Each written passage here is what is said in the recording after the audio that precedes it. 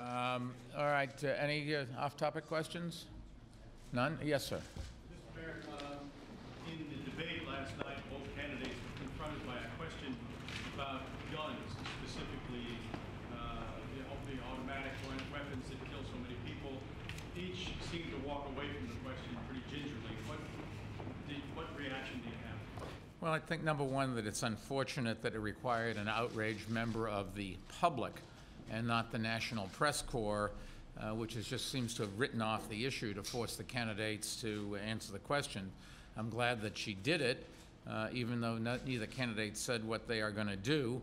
I think what we did get was a perfect example of obfuscation and very little honesty. If you think about it, the president, as I remember, said he wants more conversation. Well, we've been saying this for quite a while now. We don't need more talk. We need some leadership. Governor Romney said he brought both sides of the debate together. Why isn't he trying to do that right now? Polls show more than 80% of Americans and more than 80% of gun owners support some common sense reforms that our bipartisan Mayor's Coalition Against Illegal Guns have supported. And then they had all this gibberish talking about education, that education is the solution to stop the killing. My recollection is that if the Aurora theater shooter, he was a PhD candidate, okay? And the Virginia Tech, the massacre was committed by a student at a first-class university. I don't think that guns are a plague.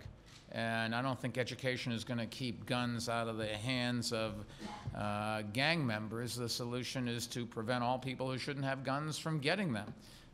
Anybody that thinks that you can get those kids who are on the street in gangs with guns back into school and reform them is just so far away from the real world. I don't know how you even have a dialogue with them. The kids carrying guns and shooting innocent people in the streets of our cities across this country, and in rural areas as well, aren't kids that we're going to stop their mayhem by suggesting that there's an after-school basketball program, or we should take them to the local museum of art. Let's get serious. These are people who have guns, and the only reason to carry a gun is because you're going to use it to kill somebody. People that buy assault weapons.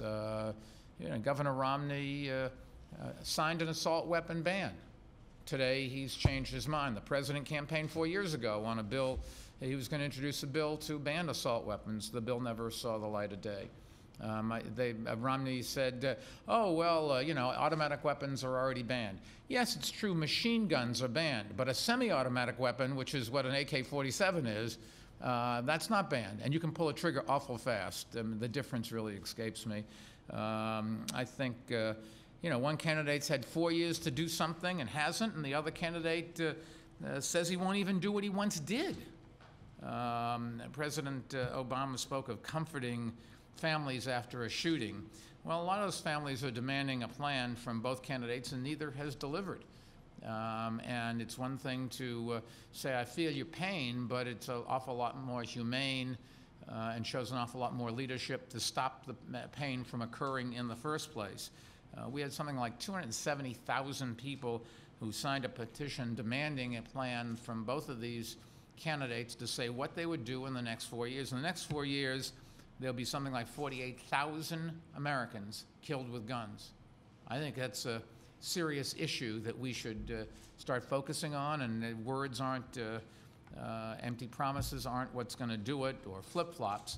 We need leadership, and I don't think you got a decent answer from either candidate. I thought all we heard were words, yes.